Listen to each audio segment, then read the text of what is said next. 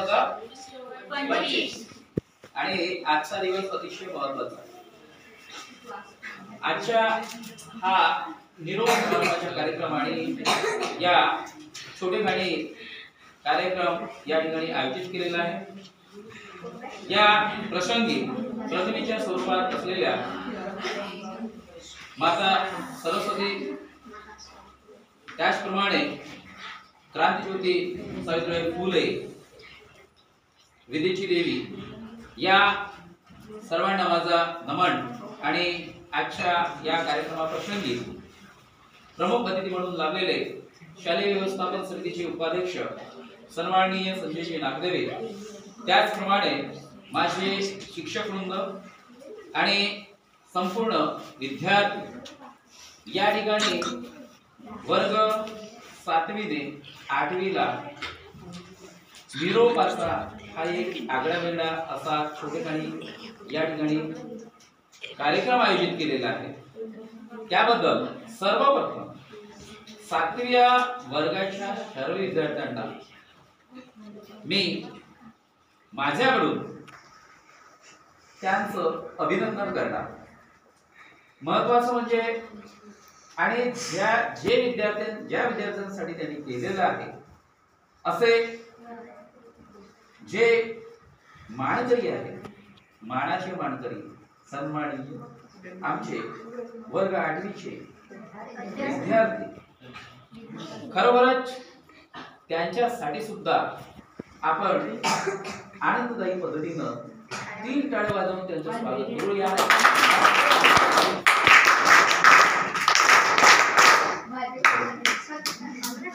बघा सगळ्यांचं तुम्ही ऐकून घेतलं। शेवटचा आता माझा एक जास्त लांबवणार नाही आणि तुमचा वेळ घेणार नाही, कारण तुम्हाला मी जवळपास 1 वर्ष झाला या ठिकाणी वेळ देतात। आपले अनुभव तुम्ही सांगितले, वर्ग 1 पासून ते 8वी पर्यंत काय काय होत गेलं ते तुम्ही सांगितले। मी 2018 ला या ठिकाणी आलो, तेव्हापासून मी तुमच्या सानिध्यात वावरलो। त्यावेळेस तुम्ही 2वी ला असाल आणि या 2वी मध्ये असताना त्यावेळेस तुम्ही खूप लहान होते। कदाचित असं वाटते की सगळ्यांच्या बापकट असतील। त्याच्या फोटो मी बघितल्या त्यावेळेस असं वाटत होतं की काय की कोण सलोनी असेल का, कोण आकांक्षा असेल का, कोण भावना असेल, म्हणजे सानिया असेल का, असं म्हणजे त्यांच्या बापकटवरून। आणि हे माझे विद्यार्थी आज आपला जितेंद्र बघता, जितेंद्र होता बरोबर तसाच होता, पण आज त्याचा साईज मोठा झाला। तो होता पहिलेही तसाच होता, बघा लहान होता तसाच होता। मी खोटं बोलतो का? तो तसाच होता आणि खूप हुशार होता। आजही आता तो हुशार आहे, थोडस त्याचा ट्रॅक बदललेला होते। त्या ट्रॅकवर येण्यासाठी थोडस आमचं मार्गदर्शन त्याला लाभलेलं आहे, तो ट्रॅकवर येईल। गुरु हा यशाची किल्ली नसते, हा मार्गदर्शनाचा भाग आहे की नाही। मार्गदर्शन करतो आणि जिथं पुढे चुकत असेल तिथं आपल्या विद्यार्थ्यांना सावरण्याचं काम करतो। आता प्रत्येकाचे वाढदिवस होत असतात, मी प्रत्येकाला एकच आशीर्वाद देतो, माझा आशीर्वाद घ्या। बघा मी सगळ्यांना कलेक्टर होण्याचा आशीर्वाद देतो। कुणी काय म्हणत असतील, गुरुजी काय येडे तरी सगळेच कलेक्टर होते, पण त्या मागचा मी उद्देश सांगतो। शिकार करायची असेल तर वाघाची शिकार करण्याचे तंत्र तुम्ही हस्तगत करा। शिकार करायची असेल तर शिकार करण्यासाठी वाघाचे म्हणजे वाघाची शिकार करण्यासाठी आपल्याला वाघाची शिकार करायची आहे तर तंत्र वेगळे असते, ते तंत्र हस्तगत करा, म्हणजेच तुम्हाला पुढे वाघ नाही तर ससा तर भेटेल। आहे की नाही? वाघ नाही तर ससा तर भेटत. म्हणजे तेवढं तुमची कस, ते वाघाला पकडण्याचे जे तंत्र तुम्ही शिकाल ना, त्यावेळेस तुम्ही अरे वाघ नाही भेटला तर त्याच्या खाल असलेला आपला एखादा हरिण सुद्धा तुम्ही पकडू शकाल. याचा अर्थ असा, मी प्रत्येकाला सांगतो की तुम्ही कलेक्टर व्हा, त्या जिद्दीनं तुम्ही पेटून उठा. बरोबर आहे? त्या जिद्दीनं तुम्ही अभ्यासाला लागाल. आणि आता तर कॉम्पिटिशनचं जग आहे, आणि कॉम्पिटिशनचं जग म्हटलं तर तुम्हाला शिक्षणाशिवाय तनोपाय नाही. आणि याच्यासाठी तुम्ही एवढी मेहनत करा की मी कलेक्टर झालंच पाहिजे. सरांनी म्हटलं कलेक्टर व्हायचं आहे, त्या पद्धतीनं तुम्ही परीक्षा द्या. कुणी एमपीएससी देईल, कुणी यूपीएससी देईल. अरे यूपीएससी वाला एमपीएससी मध्ये हमखास 101% मी गॅरंटी देतो, तो यूपीएससी चा विद्यार्थी एमपीएससी मध्ये पात्र होईलच. कारण त्याला काय केलेलं आहे, यूपीएससी ची कला तेवढा अभ्यास, त्याचा उच्च दर्जाचा अभ्यास त्याने केलेला आहे. आणि उच्च दर्जाचा अभ्यास करेल आणि लोक जर त्याला परीक्षा द्यायची पटकन पास होईल, आहे की नाही? तर हेच माझं टेक्निक आहे. आणि या पद्धतीने मी मुलांना सांगतो. तुम्हाला मी सांगितलं त्या प्रत्येक विद्यार्थी हा कलेक्टर झाला पाहिजे अशी माझी अपेक्षा नाही. माझी अपेक्षा एकच आहे की माझा विद्यार्थी हा काय झाला पाहिजे, साधा चपराशी होती चालेल. अरे जेवढं आम्ही तुम्हाला शिकवलं आहे, तुम्ही आमच्याकडून जे काही घेतलं, प्रत्येक शिक्षकाकडून घेतलं आहे तुम्ही.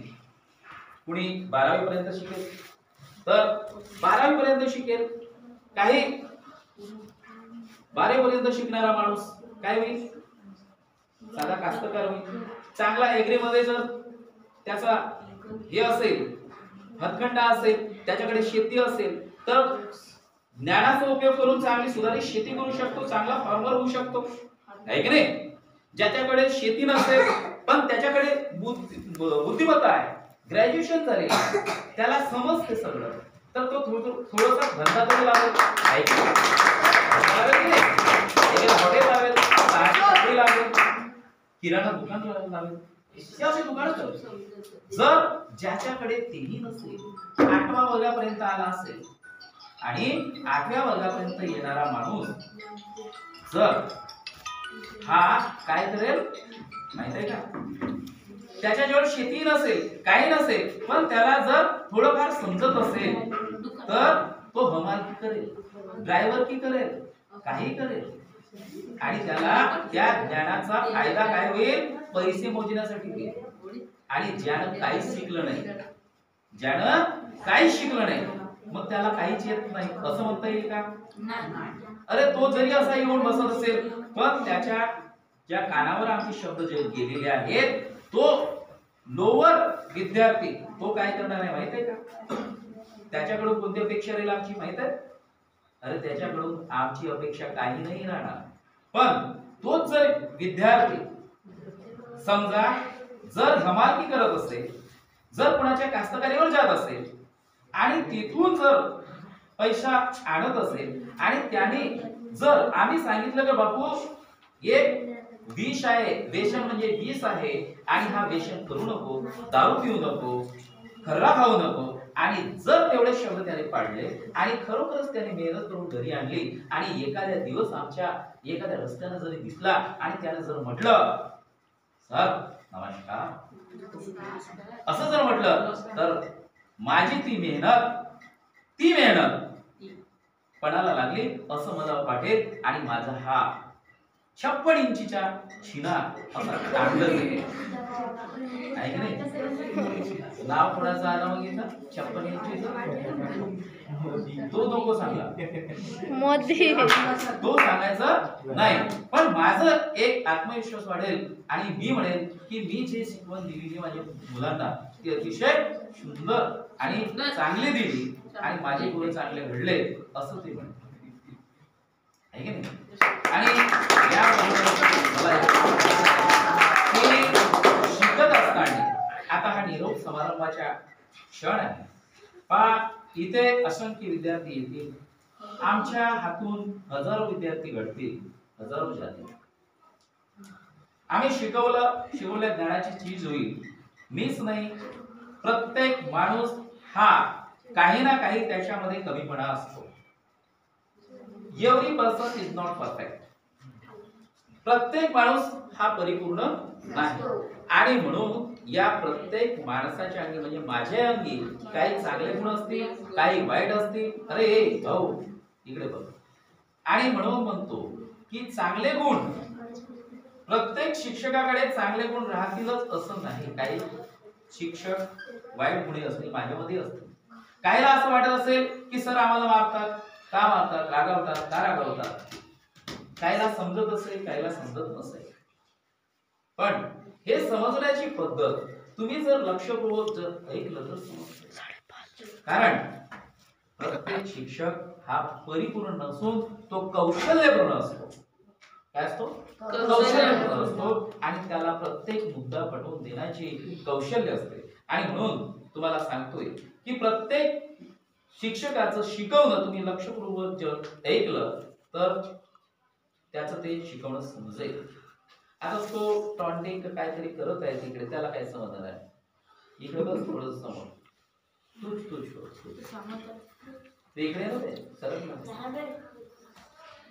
आणि म्हणून लक्षात ठेवा की हा निरोप समारंभाचा कार्यक्रम आहे. हा निरोप समारंभाचा कार्यक्रम आहे. या कार्यक्रमामध्ये तुम्हाला निरोप देणे म्हणजे कायमचं सोडून जाणे नाही. आज म्हणजे तुम्हाला निरोप देताना जेवढं अंतःकरण तुमचं भरून येते त्याच्या दुप्पट आमचं भरून येते. कारण तुम्ही आपल्या आईजवळ किती दिवस राहता, किती तास राहता आई वडिलांजवळ? फक्त संध्याकाळपासून तर सकाळपर्यंत 9 वाजतापर्यंत तुम्ही राहता. बाकीचे 8 तास ते 10 तास माझ्याजवळ आमच्या शिक्षकाजवळ राहता. अरे तुमची संपूर्ण जिम्मेदारी आमची असते आणि म्हणून आमचं एकच ध्येय आहे की माझा हा विद्यार्थी नसून माझा मुलगा आहे आणि या माझ्या मुलाने चांगली सवय लागावी, चांगलं तो शिकावं आणि चांगलं नाव लौकिक करावं असे आमची अपेक्षा आहे. आणि प्रत्येकाने ती अपेक्षा पूर्ण करावी असं मी या ठिकाणी आपणाकडून म्हणजे अपेक्षा बाळगतो. महत्वाची गोष्ट बोलायची म्हणजे जसं काही आपण या विद्यार्थ्यांनी आपले पूर्वीच्या शिक्षकांचे काही मनोगत सांगितले. माझी एक गोष्ट सांगून दिली की सरांचं लाईफ सायकल सांगण्यामागचा उद्देश लाईफस्टाईल असेल, लाईफ सायकल असेल, सांगण्यामागचा उद्देश एकच होता की मी ज्या परिस्थितीतून घडलो ती परिस्थिती तुमच्यावर नाही. ती परिस्थिती तुमच्यावर नाही. माझे वडील कसे होते, माझा घर कसा होता, मी शिक्षण कशा पद्धतीने घेतलं, कुठं मी जायचो, यामधून तुम्हाला एकच सांगायचं आहे की ही परिस्थितीमधून ज्याला परिस्थिती ओळखता आली तो माणूस त्या परिस्थितीचं अनुसरण करून तो पुढे पुढे जात असतो. त्यानं परिस्थिती विसरायची नसते, जरी का तो टॉपवर गेला तरी. पण आज सांगायला मला आनंद वाटतो ते माझे आई वडील आहेत की ज्यांनी काबाड कष्ट करून मला इथपर्यंत आणलं. अभिमान वाटायला पाहिजे. आणि हेच गोष्ट तुम्हाला सांगायची वाटते की बा तुमचे आई वडील जर मेहनत करून तुम्हाला इथपर्यंत पाठवत असतील, तुमच्याकडून काही जर अपेक्षा करत असतील तर तुमचं काम आहे तर त्यांच्या अपेक्षा पूर्ण करणं. जर आज मी या स्टेजवर आहे, तुम्ही माझ्यापेक्षा वरच्या स्टेजवर राहाल आणि त्यावेळेस मी तुमच्यासोबत भेटेन, त्यावेळेस मला तुम्हाला शॅल्यूट मारावं लागेल. सर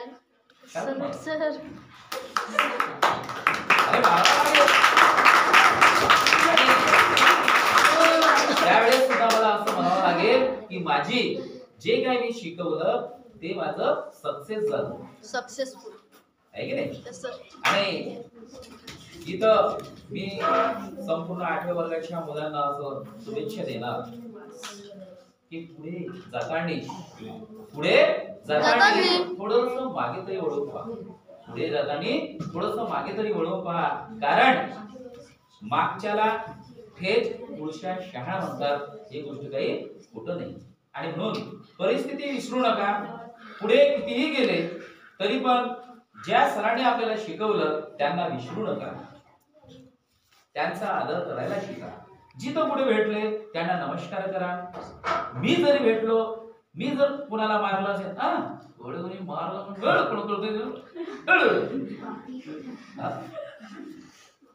मारत होते ते यायला पण नमस्कार करून घ्या तरी असंच. पण शिक्षक, प्रत्येक शिक्षक विनाकारण न मारता त्याच्या आयुष्य घडवण्यासाठी मारतो. ही गोष्ट मात्र तुम्ही विसरू नका. आणि संपूर्ण विद्यार्थ्यांना माझ्याकडून, माझ्या शाळेकडून, माझ्या संपूर्ण शिक्षक परिवाराकडून पुढील भविष्यासाठी हार्दिक शुभेच्छा देऊन आणि त्या ठिकाणी